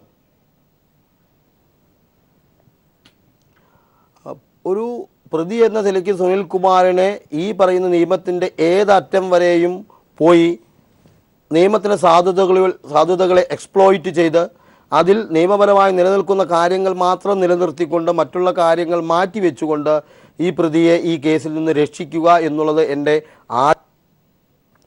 എന്നാൽ പ്രതി കുറ്റക്കാരനല്ല എന്ന് ഞാൻ ഇപ്പോൾ പറയുമ്പോൾ അതൊരു പക്ഷേ ഒരു അസ്വാഭാവികത അതിൽ ബോധ്യപ്പെട്ടെന്ന് വരാം. കാരണം ഒരു കുറ്റപത്രം സമർപ്പിച്ച കേസിൽ പ്രതി കുറ്റവാളി അല്ലാതാകുന്നത് ഈ പ്രതിയെ ഈ കേസിൽ നിന്ന് ഡിസ്ചാർജ് ചെയ്യുമ്പോഴാണ്. അത് വരും ദിവസങ്ങളിൽ എനിക്ക് ചെയ്യേണ്ട ആദ്യത്തെ ഒരു നടപടിയാണ്. 2, ഈ കേസിൽ ഏറ്റവും ആദ്യത്തെ പാകപ്പിഴ എന്ന് പറയുന്നത് നിരപരാധിയാകുന്നതിനേക്കാൾ മുൻപ് അറസ്റ്റ് എന്നുള്ള ഒരു നടപടിക്രമമാണ്. ഈ അറസ്റ്റ് നടപടിക്രമം യഥാർത്ഥമായി പാലിച്ചില്ലെങ്കിൽ ഇന്ന് സുപ്രീം കോടതിയുടെ ഏറ്റവും അവസാനത്തെ വിധിന്യായമായ Arunesh Kumar versus state of Bihar അതിൽ കുറേ കണ്ടീഷൻസ് പറഞ്ഞിട്ടുണ്ട്. ഏത് കേസിലാണ് അറസ്റ്റ് ചെയ്യേണ്ടത്, എത്തരം കേസുകളാണ് അറസ്റ്റ് ചെയ്യേണ്ടത്, അറസ്റ്റ് ചെയ്താൽ 24 മണിക്കൂറിൽ എന്തെല്ലാം ചെയ്യണം, 24 മണിക്കൂറിന് ശേഷം പ്രതിയെ കോടതിയിൽ ഹാജരാക്കുമ്പോൾ ആ പ്രതിയുടെ 24 മണിക്കൂറിൻ്റെ ഇൻവെസ്റ്റിഗേഷൻ പൂർത്തിയായില്ലെങ്കിൽ മാത്രമാണ് പോലീസ് കസ്റ്റഡി ആവശ്യപ്പെടുക. ഈ കേസിനെ സംബന്ധിച്ചിടത്തോളം അറസ്റ്റ് മാത്രം ഇല്ലീഗലായാൽ ഈ പറയുന്ന നിരപരാധിത്വം പോലും തെളിയിക്കേണ്ട ആവശ്യമില്ല. പ്രതിക്കെതിരെ തെളിവുകൾ നിരത്താനും ഈ ഒറ്റ ആനുകൂല്യം, സംശയത്തിൻ്റെ ആനുകൂല്യം അല്ലെങ്കിൽ ഈ ഒരു നിയമത്തിൻ്റെ ആനുകൂല്യം പ്രതിക്ക് ലഭിക്കുന്നു എന്ന് തന്നെ ഞാൻ മനസ്സിലാക്കേണ്ടിയിരിക്കുന്നു. അതുപോലെ തന്നെ കേസിൻ്റെ മറ്റു വശങ്ങളിലേക്ക് വരുമ്പോൾ എന്താണ് പ്രതിക്കെതിരെ ഇന്ന് കൊണ്ടുവന്നിട്ടുള്ള ഇപ്പോൾ നിലനിൽക്കുന്ന കുറ്റപത്രത്തിലെ ആരോപണങ്ങൾ, ആ ആരോപണത്തിനനുസൃതമായി ഒരു പക്ഷേ യാതൊരു ഇൻവെസ്റ്റിഗേഷൻ നടന്നില്ല എന്ന് തന്നെ പറയണം. പ്രതിക്കെതിരെ ശരി, ഞാൻ എന്തെല്ലാം തിരിച്ചു തെളിവുകളാണ്? വരാം അഡ്വക്കേറ്റ് അജകുമാർ. ഇപ്പോൾ അഡ്വക്കേറ്റ് BA ആളൂർ പറയുന്നതനുസരിച്ച് ഈ കുറ്റപത്രത്തിലുള്ള വീഴ്ചകൾ, പോലീസിന്റെ നടപടിക്രമങ്ങളിലുള്ള വീഴ്ചകളിലൊക്കെയാണ് അദ്ദേഹത്തിന്റെ പ്രതീക്ഷ എന്നാണ് മനസ്സിലാക്കേണ്ടത്. പൾസർ സുനി നിരപരാധി ആയിരിക്കാം, കുറ്റവാളിയാണ്, ഇപ്പോൾ നിരപരാധി അല്ല ആണ് എന്നൊന്നും അദ്ദേഹം അവകാശപ്പെടുന്നില്ല. അപ്പോൾ ആ നിലയ്ക്ക് ആ കുറ്റവാളിയെ രക്ഷപ്പെടുത്താൻ പോകുന്നത് പോലീസിന്റെ നടപടിക്രമങ്ങളായിരിക്കും എന്നാണ് അദ്ദേഹം പറയുന്നത്. അതിലാണ് അദ്ദേഹത്തിന്റെ പ്രതീക്ഷ. അദ്ദേഹത്തിൻ്റെ പ്രതിയെ നിയമത്തിൻ്റെ 4 അതിരുകൾക്കകത്ത് നിന്നുകൊണ്ട് നിരപരാധിയാണെന്നോ ഇല്ലെങ്കിൽ അയാൾ അതിൽ വന്നുവിട്ടുപോയ ഒരാൾ മാത്രമാണെന്നോ ഒക്കെ പറഞ്ഞ് അദ്ദേഹത്തെ രക്ഷിക്കുവാൻ അദ്ദേഹത്തിൻ്റെ പ്രൊഫഷണൽ എത്തിക്സിൻ്റെ അകത്ത് നിന്നുകൊണ്ട് ചെയ്യാവുന്ന കാര്യങ്ങൾ ചെയ്യുവാൻ ശ്രീമാൻ BA ആളൂരിന് നിയമപരമായ അവകാശമുണ്ട്. അദ്ദേഹത്തെ വെച്ച് കേസ് വാദിക്കാനും ഈ പൾസർ സുനിക്കും അവകാശമുണ്ട്. പക്ഷേ ഒരു കേസിലെ ഇൻവെസ്റ്റിഗേഷനിൽ നടക്കുന്ന ഇറഗുലാരിറ്റിയോ ഇല്ലീഗാലിറ്റിയോ സുപ്രീം കോടതി വിധികളുടെ അടിസ്ഥാനത്തിൽ ഞാൻ പറയാം ഒരിക്കലും അതിൻ്റെ അക്വിറ്റലിലേക്ക് പോകില്ല. കാരണം അതിൽ മതിയായ വിശ്വസനീയമായ മറ്റ് തെളിവുകളുണ്ടെങ്കിൽ സുപ്രീം കോടതി തന്നെ പറഞ്ഞിട്ടുള്ള പല വിധിന്യായങ്ങളിലും ഞാൻ ഉദ്ധരിക്കാം. പോലീസ് മനഃപൂർവ്വം പ്രതിയെ രക്ഷിക്കാൻ ശ്രമിച്ചിട്ടുള്ള അനേകം കേസുകളിൽ ലിങ്കിങ് എവിഡൻസ് കോടതി സെർച്ച് ചെയ്തെടുത്തുകൊണ്ട് പ്രതികളെ ശിക്ഷിച്ച വിധിന്യായങ്ങൾ നമ്മുടെ മുമ്പിലുള്ളപ്പോൾ ഇത്തരത്തിലുള്ള പ്രതീക്ഷകളൊക്കെ എത്രത്തോളം ഫലവത്താവുമെന്ന് അദ്ദേഹം കാത്തിരുന്ന് കാണട്ടെ. രണ്ടാമത്തെ കാര്യം ഇവിടെ നമ്മൾ ചർച്ച ചെയ്യുന്നത് പൾസർ സുനിയെക്കുറിച്ചല്ല. പൾസർ സുനിയിലെ കൂടാതെ മറ്റുന്നതരായ പ്രതികളാരെങ്കിലും ഇതിൻ്റെ ഗൂഢാലോചനയ്ക്ക് പിന്നിലുണ്ടോ എന്നുള്ളതാണ്. ശ്രീമാൻ ആളൂർ ജയിലിൽ പോയി പൾസർ സുനിയെ കണ്ടതിന് ശേഷം അദ്ദേഹം പുറത്തിറങ്ങി മാധ്യമങ്ങളോട് പ്രതികരിച്ച ബൈറ്റ് നമ്മൾ കണ്ടതാണ്. ഏതായാലും ഗൂഢാലോചന ഉണ്ട്, ആരാണെന്ന് പ്രതി അദ്ദേഹത്തോട് പറഞ്ഞില്ല. അപ്പോൾ ഒരു ഗൂഢാലോചന ഇതിൻ്റെ അകത്തുണ്ട് എന്ന് പ്രതിയും അഭിഭാഷകനും നടത്തിയ സംഭാഷണത്തിൽ തന്നെ കേരള സമൂഹത്തിന് മനസ്സിലാക്കാൻ കഴിഞ്ഞു. ശരി, ഞാൻ തിരിച്ചു വരാം. ശ്രീ സജി നന്ദ്യാട്ട്, ഇപ്പോൾ അഡ്വക്കേറ്റ് അജകുമാർ പറഞ്ഞ കാര്യവും, അതായത് ഗൂഢാലോചന നടന്നിട്ടുണ്ട് എന്നുള്ളത് BA ആളൂർ ഉൾപ്പെടെ സംശയിക്കുന്ന കാര്യം, ഇത് നമ്മൾ നേരത്തെയും സംസാരിച്ചിട്ടുള്ള കാര്യമാണല്ലോ. ഇപ്പോൾ നേരത്തെ ഈ ചർച്ചയിൽ തന്നെ ചൂണ്ടിക്കാട്ടിയതുപോലെ ദിലീപിലേക്കും മറ്റുള്ളവരിലേക്കും എന്ന് ഞാൻ മറ്റുള്ള പേരുകളൊന്നും ഇപ്പോൾ ചൂണ്ടിക്കാട്ടുന്നില്ല, ഇവരിലേക്കൊക്കെ ഈ പേരുകൾ ഇങ്ങനെ ചൂണ്ടിക്കാട്ടുന്നതിന് കാരണമാകുന്നത് ഈ പൾസർ സുനി എന്തിന് ഇത് ചെയ്തു എന്നുള്ള ഒരു കാര്യമാണ്. മോട്ടീവ് അന്വേഷിക്കുമ്പോഴാണ് പൾസർ സുനിക്ക് ഒരു കൊട്ടേഷൻ ഉണ്ടായിരുന്നു, അല്ലാതെ അയാൾക്ക് വേറെ താല്പര്യങ്ങളല്ലായിരുന്നു എന്നൊക്കെയാണല്ലോ ഈ സ്ഥാപിക്കാനുള്ള ശ്രമം വരുന്നത്. തെളിവുകളൊക്കെ അങ്ങോട്ടേക്കാണല്ലോ അന്വേഷിക്കുന്നത്. അപ്പോൾ അത് ദിലീപിലേക്കാണ് എന്ന് വരുന്നൊരവസ്ഥ. മുൻപ് പൾസർ സുനി പ്രതിയായി ഒരു പരാതി വന്ന കേസിൽ, സിനിമാ രംഗത്തുനിന്നുണ്ടായ കേസിൽ ശക്തമായ ഇടപെടൽ ഉണ്ടായിട്ടില്ല. ഇപ്പോഴും കൃത്യമായി ദിലീപിനെ സഹായിക്കാൻ ആ കേസ് ശക്തമായി ആരും പ്രസ് ചെയ്യുന്നുമില്ല എന്നാണ് ഞാൻ നേരത്തെ ചൂണ്ടിക്കാട്ടിയത്. എൻ്റെ മനസ്സിലാക്കൽ അങ്ങനെയാണ്. അതൊക്കെ വരുമ്പോൾ ഇത് വാദിയും പ്രതിയും സിനിമയിലാണെന്നുള്ള താങ്കളുടെ നേരത്തെ ആ ഒരു നിഗമനം എത്രത്തോളം ദിലീപിൽ നിന്ന് മാറ്റിയെടുക്കാൻ നിങ്ങളുടെ ഇത്തരത്തിലുള്ള നടപടികൾ സഹായകരമാകും?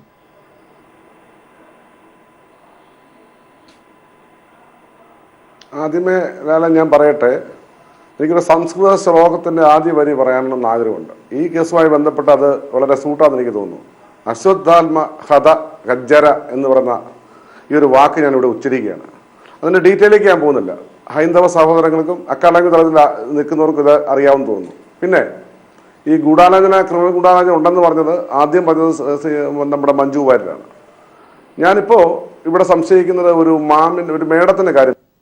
Lal, who is the black ship? ആദ്യം നമ്മളവിടെ ചിന്തിക്കേണ്ടത്. പോലീസ് അവിടെ എത്തില്ല. എനിക്ക് തോന്നുന്നത് ഗവൺമെൻറ്റിന് ഇനി ഒന്ന് ഗവൺമെൻറ്റിൻ്റെ ഒരു തൂവലായി മാറാൻ പോവുകയാണെന്ന് തോന്നുന്നു ഈ കേസ്. പക്ഷേ മലയാള സിനിമയിൽ പുറത്താക്കപ്പെട്ട ലാലിൻ്റെ ഒരു ചർച്ചയിൽ ഞാൻ വരാൻ കാരണം ലാൽ അറിയാം. ഞാനിന്ന് ലാൽ ഇടപെടരുത്. എനിക്ക് ഇന്ന് 9 ചാനലിൽ നിന്നാണ് വിളി. ഞാൻ പോയില്ല, ഇന്നലെയും പോയില്ല, ഞാൻ മാത്രമേ ലാലിനടുക്ക് വരാൻ കാരണം ഈ ചർച്ച എനിക്ക് ഭയങ്കര ഇഷ്ടമായി. നല്ല ചർച്ചയാണ്, ഒരു ഊഹോപഭോഗങ്ങളുടെ അടിസ്ഥാനത്തിലല്ല. നമ്മുടെ മുൻ സംസാരിച്ച 3 പേരും നിയമജ്ഞരൊക്കെ ഉണ്ട്, വളരെ നന്നായി സംസാരിക്കുന്നുണ്ട്. ഇത് ഊഹോപഭോഗങ്ങളുടെ അടിസ്ഥാനത്തിലല്ലാതെ ഫാക്റ്റിനെ അടിസ്ഥാനപ്പെടുത്തിയുള്ള ഒരു ചർച്ചയായതുകൊണ്ട് ഞാൻ ലാലിനെ പ്രത്യേകം അഭിനന്ദിക്കുകയാണ്. പിന്നെ മലയാള സിനിമ ഒരു നല്ല 90 ശേഷം ഒരു നല്ല അന്തരീക്ഷത്തിലേക്ക് വരുമ്പോൾ 3-4 മാസമായി നല്ല അന്തരീക്ഷമായിരുന്നു. ഈ മലയാള സിനിമയിൽ നിന്ന് പുറത്താക്കപ്പെട്ടവർ, മലയാള സിനിമയ്ക്ക് വേണ്ടാത്തവർ ചാനലുകളിൽ പോയി ഇരുന്നുകൊണ്ട് ഒരിക്കലെങ്കിലും സിനിമയുടെ ചോറുണ്ടവർ അങ്ങനെ ചെയ്യാൻ പാടില്ല. സിനിമയിൽ ഈ സംഭവം ഉണ്ടായി, സത്യമാണ്. ഇരകൾക്കൊപ്പം ഞങ്ങളെല്ലാവരും ഉണ്ട്. പക്ഷെ ഞാൻ പറയുന്നത് ഇരകൾക്കൊപ്പമാണ്, നമ്മുടെ പോയിന്റ് അത് തന്നെയാണ്, ഇരയ്ക്കൊപ്പം. പക്ഷെ നിരപരാധി ശിക്ഷിക്കപ്പെടാൻ പാടില്ല. എൻ്റെ എല്ലാ ചർച്ചയിലെയും കൺക്ലൂഷനും അതിൻ്റെ അന്തസത്ത അത് തന്നെയാണ്. ഈ ഇരയ്ക്കൊപ്പം തന്നെ നിൽക്കുന്നതോടൊപ്പം നിരപരാധിയായ ഒരാൾ ശിക്ഷിക്കപ്പെട്ടതെന്ന് മാത്രമല്ല. ഞാൻ ദിലീപിനൊന്നും കൊട്ടേഷൻ എടുത്തിട്ട് ആളല്ല. ഇനി ആരെന്ത് പറയാൻ എനിക്ക് പ്രശ്നമില്ല, കാരണം എന്റെ മനസാക്ഷിയാണല്ലോ എന്റെ പ്രശ്നം. സജി നന്ദിയാട്ട് അതെല്ലാം നമ്മൾ മനസ്സിലാക്കുന്നു. ഒരുപക്ഷെ അത് കൂടുതൽ എസ്റ്റാബ്ലിഷ് ചെയ്യാൻ ഈ ചർച്ച ഉപയോഗിക്കണമെന്നില്ല. എന്റെ ഒരു ചോദ്യം ഇപ്പോഴും ഇതാണ്. ഇവിടെ ഇപ്പോൾ നിയമവിദഗ്ധർ ചൂണ്ടിക്കാട്ടിയ സൂചനകൾ പോകുന്നത് ഒരാളിലേക്ക് തന്നെയാണ്, അല്ലെങ്കിൽ ഒരു ഭാഗത്തേക്ക് തന്നെയാണ് എന്നുള്ളത് ദിലീപിനത്ര നല്ല കാര്യമല്ല. അപ്പോൾ അത് ദിലീപിനെ സഹായിക്കാൻ സിനിമയ്ക്കകത്തു നിന്ന് തന്നെ ഇടപെടലുകൾ ഏത് രീതിയിൽ നടക്കുന്നു എന്നുള്ളതാണ് എൻ്റെ ചോദ്യം. ഈ പൾസർ സുനി മുൻപ് ഒരു നടിയെ ആക്രമിച്ചത് എത്രമാത്രം സിനിമാക്കാർ പ്രസ് ചെയ്തു? അതുപോലെയുള്ള കാര്യങ്ങളിൽ എന്തുകൊണ്ടാണ് ശക്തമായി വരാത്തത്? ഈ കാര്യത്തിൽ ഇപ്പോൾ നാദർഷായിലേക്കൊക്കെ ഈ ഫോൺ വിളികൾ പിന്നീട് പോയത് അത് അവരൊക്കെ നിരപരാധിയാണെങ്കിൽ ദിലീപിന്റെ ചുറ്റും ആരെങ്കിലും ചതിയന്മാരുണ്ടോ? താങ്കൾ നേരത്തെ പറഞ്ഞതുപോലെ അവരിലേക്ക് എന്തുകൊണ്ടാണ് നിങ്ങൾ വെളിച്ചം വീശാൻ സഹായിക്കാത്തത്? ഈ ചർച്ചയിലെങ്കിലും അതൊക്കെ തുറന്നു പറയാത്തത് എന്തുകൊണ്ടാണ്?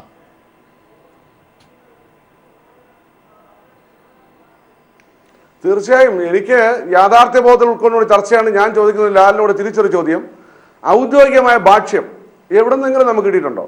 നമ്മൾ ചർച്ച ചെയ്യുന്നത് അങ്ങനെയാവാം, ഇങ്ങനെയാവാം, ഇങ്ങനെയാവാം. പോലീസ് കൃത്യമായ സ്ഥലത്തേക്ക് എത്തുന്നത് അതിനൊരു ക്ലൈമാക്സ് ഉണ്ട്. ഇതിപ്പോൾ ആന്റി ക്ലൈമാക്സ് ലീഡില്ല. ഞങ്ങൾ സിനിമാ ഭാഷയിൽ പറഞ്ഞാൽ ആന്റി ക്ലൈമാക്സ് ലീഡാണ്. ഇതിന് ക്ലൈമാക്സ് ഉണ്ട്. ഒരു മലയാള സിനിമയുടെ കണക്ക് പുസ്തകത്തിൽ കണ്ടോ ലാൽ, മലയാള സിനിമയുടെ കണക്ക് പുസ്തകത്തിൽ ഒരു ചുവന്ന താളിൽ ഒരു ചുവന്ന ഒരാൾ, അത് ഷീ ആണോ ഹീ ആണോ അറിയില്ല, വരും. അത് പോലീസ് അവിടെ എത്തും. പിന്നെ നമ്മൾ സംസാരിക്കുമ്പോൾ ഞാൻ ഇപ്പോഴും പറയുന്നു, ഔദ്യോഗിക ഭാഷ്യം വരാതെ, പോലീസ് പറയാതെ, നമ്മുടെ ലീഗൽ ഇൻസ്റ്റിറ്റ്യൂഷൻസ് പറയാതെ ഞാൻ മുമ്പ് സംസാരിച്ച ആ 2 നിയമജ്ഞന്മാരോടൊപ്പമാണ് എനിക്ക് പോകാൻ ഇഷ്ടം. അത് നമ്മളൊരു ആ നിഗമനത്തിലെത്തുന്നത് ശരിയല്ല എന്ന് എനിക്ക് തോന്നുന്നു. പക്ഷേ ഞാൻ പ്രാർത്ഥിക്കുന്നു, ഇവിടെയുള്ള മലയാളികളോടൊപ്പം ഞാനും പ്രാർത്ഥിക്കുന്നു. ഏറ്റവും അധികം ഞാൻ എൻ്റെ ജീവിതത്തിൽ ഏറ്റവും അധികം പ്രാർത്ഥിച്ച ദിവസങ്ങൾ കഴിഞ്ഞ 2-3 ദിവസമായിട്ട് ഈ ആളെ ഒന്ന് കണ്ടുപിടിക്കണം. എനിക്കറിയാമെങ്കിൽ ഉറപ്പായി ഞാൻ പറഞ്ഞത് ഊഹാപോഹങ്ങളുടെ അടിസ്ഥാനത്തിൽ പറഞ്ഞ് ഒരാളെ പ്രതി അല്ലെങ്കിൽ നമ്മൾ എന്തിനാ ശിക്ഷിക്കുന്നത്? പക്ഷേ നമ്മുടെ പോലീസ് മിടുക്കന്മാരാ, ഈ ഗവൺമെന്റ് ആഗ്രഹിക്കുന്നു എന്ന് എനിക്ക് മനസ്സിലാവുന്നു. അതല്ലെങ്കിൽ DGP നേരിട്ട് ഈ അന്വേഷണ ഉദ്യോഗസ്ഥരെ വിളിക്കില്ല. ഇന്ന് അന്വേഷണ ഉദ്യോഗസ്ഥർ ഇവിടെ വൈകുന്നേരം മീറ്റിംഗ് കൂടുന്നുണ്ടെങ്കിൽ ഞാൻ പറയുന്നു, നമ്മൾ ചിന്തിക്കുന്നിടത്തായിരിക്കണമെന്നില്ല. ചിലപ്പോൾ may be not must be അങ്ങനെ തന്നെ ഞാൻ പറയേണ്ടി വരും. പക്ഷേ ഇതെത്തുമ്പോൾ നമുക്ക് ആളെ കൃത്യമായി കിട്ടും. നമുക്ക് നിഗമനങ്ങൾ നമുക്ക് സംസാരിക്കാൻ പറ്റും. ഒരു ശാന്തിവിള ദിനേശ്, ഇതൊക്കെ പറയുമ്പോഴും ആളുകളെ നമുക്ക് കിട്ടും എന്ന് പറയുന്നു, ചതിയന്മാർ ഉണ്ട് എന്ന് പറയുന്നു, സിനിമയ്ക്കകത്താണ് എന്ന് പറയുന്നു. പൾസർ സുനി സിനിമയിൽ പലയിടത്തും ലൊക്കേഷനുകളിൽ ഉണ്ട്. ദിലീപിന്റെ ചുറ്റുവട്ടത്ത് എവിടെയൊക്കെയോ ഈ ചതിയന്മാരോ ഈ കേസിലുള്ളവരോ ഉണ്ട്. ദിലീപിലേക്ക് ആരോപണങ്ങൾ നീളുന്നത് ശക്തമാകുന്നു. ഇതൊക്കെ വരുമ്പോഴും എന്തുകൊണ്ടാണ് ഈ പറയേണ്ട പേരുകൾ കൃത്യമായി പുറത്തേക്ക് വരാത്തത്? അങ്ങനെയാണെങ്കിൽ എനിക്ക് തുടക്കത്തിൽ ആദ്യം പറയാനുള്ളത്, താങ്കൾ ചോദിച്ച സജി നന്ദിയേട്ടനോട് ചോദിച്ച ഒരു ചോദ്യത്തിനാണ് ആദ്യം മറുപടി പറയാനുള്ളത്. ഒരുപാട് പേരെ സഹായിച്ച ഒരു നടനാണ് ദിലീപ്. ഒരുപാട് പുതിയ സംവിധായകരെ കണ്ടെത്തിയ ആളാണ് ദിലീപ്. ഒരുപാട് നായികമാരെ കണ്ടെത്തിയ ആളാണ് ദിലീപ്. ഒരുപാട് തിരക്കഥാകൃത്തുക്കളെ കണ്ടെത്തിയ ആളാണ് ദിലീപ്. എനിക്ക് സത്യത്തിൽ വിഷമമുണ്ട് ഈ ചെറുപ്പക്കാരന് ഇങ്ങനൊരു അപകടത്തിലേക്ക് പോകുമ്പോൾ. ഇവരാരും ഒരാൾ പോലും അവരുടെ സേഫ് നോക്കുന്നതല്ലാതെ ഒരാൾ പോലും പ്രതികരിച്ചില്ല എന്നുള്ളിടത്ത് എനിക്ക് തീർച്ചയായിട്ടും ഈ ഫെഫ്കയുടെ ഒരു ഡയറക്ടേഴ്സ് യൂണിയൻ്റെ മെമ്പർ എന്നുള്ള നിലയ്ക്ക് എനിക്ക് വിഷമമുണ്ട്. ഈ ടെക്നീഷ്യന്മാർ, ആ കുട്ടിയെ തള്ളിപ്പറയല്ല ഞാൻ, പക്ഷേ ദിലീപിന് കൊടുക്കാൻ ഒരാൾ പോലും, അയാൾ സഹായിച്ച് രക്ഷപ്പെട്ട ഒരാൾ പോലും മുന്നോട്ട് വന്നില്ല എന്നുള്ളതിൽ എനിക്ക് വളരെ വിഷമം. ഇപ്പൊ ദിലീപിന്റെ ഭാഗത്തല്ല ഈ ചർച്ച ഞാൻ നോക്കുന്നത്, പക്ഷേ ദിലീപിന്റെ ചുറ്റുവട്ടങ്ങളിൽ ഇങ്ങനെ കിടന്ന് ഈ സംശയത്തിന്റെ മുൾമുന മുന്നോട്ട് പോകുമ്പോൾ അങ്ങ് ചൂണ്ടിക്കാട്ടിയതുപോലെ വലിയ രീതിയിൽ പ്രതികരിക്കാൻ അറിയാവുന്ന പ്രൊഡ്യൂസർമാരുടെ അസോസിയേഷന്റെ ആളുകൾ അല്ലെങ്കിൽ ഫെഫ്കയുടെ ആളുകൾ, ഇവരൊക്കെ നല്ലോണം സംസാരിക്കാൻ അറിയാവുന്നവരാണ്. അവർ പറയുന്നത് മാധ്യമങ്ങൾ ഇത് എന്ത് വേണമെങ്കിലും ചർച്ച ചെയ്ത് മുന്നോട്ട് പോയിക്കോട്ടെ, ഞങ്ങൾ അതിനകത്ത് ഇടപെടുന്നില്ല എന്നുള്ള രീതിയിലാണ്, ഇതിന് സമയമില്ല എന്നാണ്. ഈ കഥകളൊക്കെ വെച്ചുകൊണ്ടാണ് അവർ സിനിമ എടുക്കുന്നത്. ആ സിനിമ എടുക്കുന്നതിനിടയിലാണ് മുൻപും പൾസർ സുനിയുടെ ഇടപെടലിലൂടെ ഒരു നടിക്ക് മാനക്കേടുണ്ടായത്. എന്നിട്ടും അതിന്റെ പിന്നാലെ പോകാനും അതിലൂടെ ദിലീപ് നിരപരാധിയാണെങ്കിൽ സഹായകരമാകുന്ന നിലപാടുകൾ എടുക്കാനും തയ്യാറാകാത്തത് ശ്രീ ദിനേശ്. അതെ, എനിക്കതിൽ വിഷമമുണ്ട്. കാരണം ഇപ്പം ഈ പറഞ്ഞതുപോലെ വർഷങ്ങൾക്ക് മുമ്പ് നമ്മുടെ തിരുവനന്തപുരത്തുകാരിയായ നടിയെ ഇതുപോലെ കൊണ്ടുപോയി പറ്റിക്കാൻ നോക്കിയ ഒരാളാണ് ഈ പ്രതി എന്നുള്ള നിലയ്ക്ക് അത് ഫോളോ അപ്പ് ചെയ്ത് മുമ്പോട്ട് കൊണ്ടുപോയാൽ തന്നെ ഇവൻ വർഷങ്ങളായി ഏതെല്ലാം സിനിമാ രംഗത്ത് എന്തെല്ലാം ചതിവുകൾ നടത്താൻ നോക്കിയിരുന്നു എന്നുള്ള ഒരു പട്ടിക എടുത്താൽ തന്നെ ചിലപ്പോൾ ദിലീപിനെ ഇതിൽ നിന്ന് മാറ്റി നിർത്താൻ കഴിയും. പക്ഷേ അതിന് മുൻകൈ എടുക്കേണ്ടവരാരും മുൻകൈ എടുക്കുന്നില്ല. ഒപ്പം താങ്കൾ പറഞ്ഞ പോലെ ഇവിടെ സംഘടനയുടെ തലപ്പത്ത് അയാൾ ഇനി ആകപ്പാടെ ഉള്ളത് ആ പെൺകുട്ടികളുണ്ടാക്കിയ സംഘടന ഒഴിച്ച് ബാക്കി എല്ലാ സംഘടനയിലും മെമ്പറാണ് ദിലീപ്. തിയേറ്ററുകാരുടെ യൂണിയൻ നേതാവാണ്, വിതരണക്കാരുടെ യൂണിയൻ നേതാവാണ്, പ്രൊഡ്യൂസർമാരുടെ ഉണ്ട്, ഫെഫ്കയിലുണ്ട്, അമ്മയിലുണ്ട്. ദിലീപിനെ രക്ഷിക്കാൻ വേണ്ടി മാത്രമല്ല, ഈ നടിയുടെ കാര്യത്തിൽ താല്പര്യം ഉണ്ടെങ്കിൽ അത് പറയാൻ കൂടി ഈ സംഘടനകൾക്ക് ബാധ്യതയുണ്ട്. അത് പറഞ്ഞാൽ ആർക്കോ എതിരാകും. ദിലീപിന്റെ ചുറ്റുവട്ടത്ത് നിൽക്കുന്ന ആരെങ്കിലും ഉണ്ടെങ്കിൽ, ചതിക്കുന്നവരാരെങ്കിലും ഉണ്ടെങ്കിൽ അവർക്കെതിരാവും. ഇങ്ങനെ ആർക്കും പരിക്കില്ലാതെ ആരെയും പറയാതെ ഇങ്ങനെ പോകുന്നത് എന്തുകൊണ്ടെന്നാണ് ചോദ്യം. ശ്രീ സുഭാഷ് ബാബു, വളരെ ചുരുക്കി പറയുകയാണെങ്കിൽ, ഇപ്പോൾ ഈ കേസിൽ ഞാൻ നേരത്തെ അഡ്വക്കേറ്റ് ബി ആളൂരിനോട് ചോദിക്കാൻ വന്നതും അതാണ്. അതായത് ഇപ്പോൾ പൾസർ സുനി ജയിലിലായതിനു ശേഷം, ഈ സംഭവം നടന്നതിന് ശേഷമുള്ള തെളിവുകളാണ് ഈ ഗൂഢാലോചനയെക്കുറിച്ച് പോലും ഇപ്പോൾ പുറത്തേക്ക് വരുന്നത്. പോലീസിന്റെ കയ്യിൽ വേറെ തെളിവുകൾ ഉണ്ടോ എന്നുള്ളത് നമുക്കറിയില്ല. ഗൂഢാലോചന എന്നുള്ളത് എത്ര ബുദ്ധിമുട്ടിയാണ് തെളിയിക്കുക എന്നുള്ളത് DGP തന്നെ പറഞ്ഞത് നമുക്കറിയാം, മുൻ അനുഭവങ്ങളുമുണ്ട്. അങ്ങനെയുള്ളപ്പോൾ ഈ പൾസർ സുനി പിന്നീട് കൃത്യം നടന്നതിന് ശേഷം സ്വയം രക്ഷപ്പെടാനോ മറ്റാരിലെങ്കിലും കുറ്റം ചാർത്തി രക്ഷപ്പെടാനോ ഒക്കെ ശ്രമിച്ചതിൻ്റെ ഭാഗമായിട്ട് ഉണ്ടാക്കിയ ഒരു തിരക്കഥ കൂടി ആയിക്കൂടെ ഈ കാണുന്നത്? ഗൂഢാലോചന എത്രമാത്രം നമ്മൾ പറയുന്ന ഈ ആളുകളിലേക്ക്, വലിയ അറസ്റ്റിലേക്ക് നയിക്കാൻ ഇപ്പോഴും പ്രാപ്തമാണ്?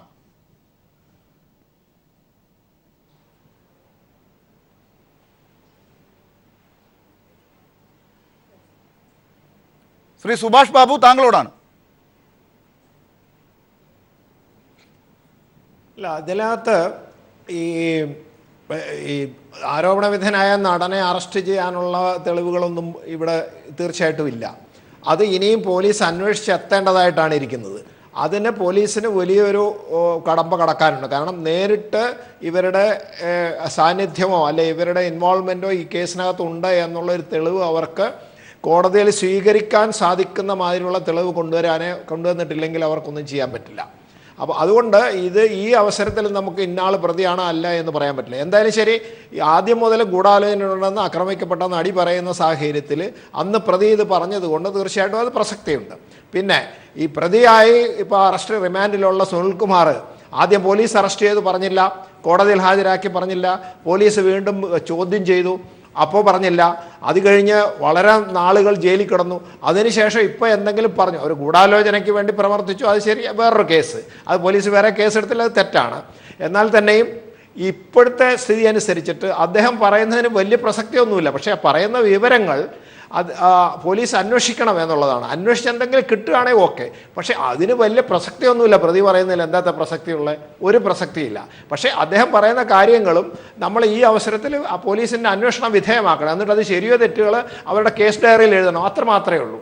അതുകൊണ്ട് ഇതിൻ്റെ ഗൂഢാലോചന എന്ന് പറയുന്നത് ഇല്ലയെന്നും പറയില്ല, ഉണ്ടെന്നും പറയാൻ പറ്റുക. ഉണ്ടെങ്കിൽ ഇപ്പോൾ കുറേ ഫോൺ കോളുകളും സംസാരവും ഒക്കെ തെളിവുകളായിട്ട് വരുന്ന സാഹചര്യത്തിൽ അവരെ കൂലങ്കഷമായി ചോദ്യം ചെയ്ത് അവരിൽ നിന്ന് എന്തെങ്കിലും കിട്ടിയാൽ, പ്രത്യേകിച്ച് വനിതകളൊക്കെ ഉണ്ടെന്ന് പറഞ്ഞാൽ അവരെ മാത്രം കോൺസെൻട്രേറ്റ് ചെയ്ത് കഴിഞ്ഞാൽ തീർച്ചയായിട്ടും പെട്ടെന്ന് കേസ്. ശ്രീ സജി നന്ദിയാട്ട്, താങ്കൾ എന്താണ് പെട്ടെന്ന് പറയാൻ വന്നത്? എനിക്ക് അഡ്വക്കേറ്റ് അജയകുമാറിലേക്ക് കൂടെ ഒന്ന് പോകാനുണ്ട്.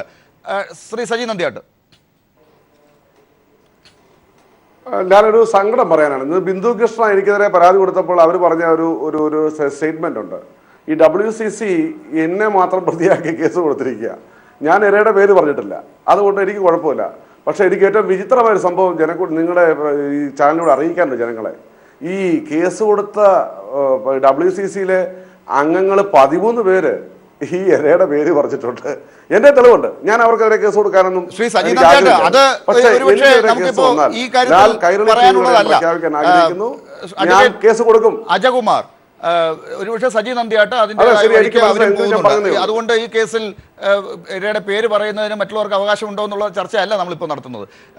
അഡ്വക്കേറ്റ് അജകുമാർ, ഇപ്പോൾ ഇത്രയും നേരം നടന്ന ഈ ചർച്ചയുടെ വെളിച്ചത്തിൽ നമ്മുടെ ഈ സൂചനകളൊക്കെ അടുത്ത മണിക്കൂറുകളിൽ വലിയ പ്രതീക്ഷയോടുകൂടി ഈ മെഗാ അറസ്റ്റിലേക്ക് കാര്യങ്ങൾ പോകും എന്ന് കരുതുന്നുണ്ടോ? ആരാണ് പ്രതി എന്നെനിക്ക് പറയാൻ പറ്റില്ല. പക്ഷെ ഒരു കാര്യം ഞാൻ തീർച്ചയായിട്ടും പറയാം. അതിനു മുമ്പ് ഒരു കാര്യം എനിക്ക് വിശദീകരിക്കാനുണ്ട്. എല്ലാവരും പറയുന്നുണ്ട് ഗൂഢാലോചന തെളിയിക്കാൻ വളരെ പാടാണ്. എൻ്റെ അനുഭവത്തിൽ 36-38 വർഷത്തെ അനുഭവത്തിനിടയിൽ ഞാൻ പറയാം, ഏറ്റവും എളുപ്പം തെളിയിക്കാൻ പ്രോസിക്യൂഷന് കഴിയുന്നത് ഗൂഢാലോചനയാണ്. കാരണം ഒരാൾ കൽക്കട്ടയിലിരുന്ന്, ഒരാൾ മദ്രാസിലിരുന്ന്, ഒരാൾ ബോംബെയിലിരുന്ന് പരസ്പരം കാണാതെ ഗൂഢാലോചനയിൽ പ്രതിയായി ശിക്ഷിക്കപ്പെട്ടിട്ടുണ്ട്. നിങ്ങൾക്കറിയാം, ഇന്ദിരാഗാന്ധി മർഡർ കേസിൽ ശിക്ഷിക്കപ്പെട്ട പ്രതികളിൽ ചിലർ മറ്റു പ്രതികളെ കണ്ടിട്ട് പോലുമില്ല. അങ്ങനെ ഉള്ള സാഹചര്യങ്ങളിൽ ഒരാൾ അസ്വാഭാവികമായ ഒരു സാഹചര്യത്തിൽ ഈ പ്രതികളുമായി ബന്ധപ്പെട്ടു എന്ന് തെളിയിക്കുന്ന സ്ഥലത്ത് പ്രോസിക്യൂഷൻ്റെ ബർഡൻ അവസാനിക്കുന്നു.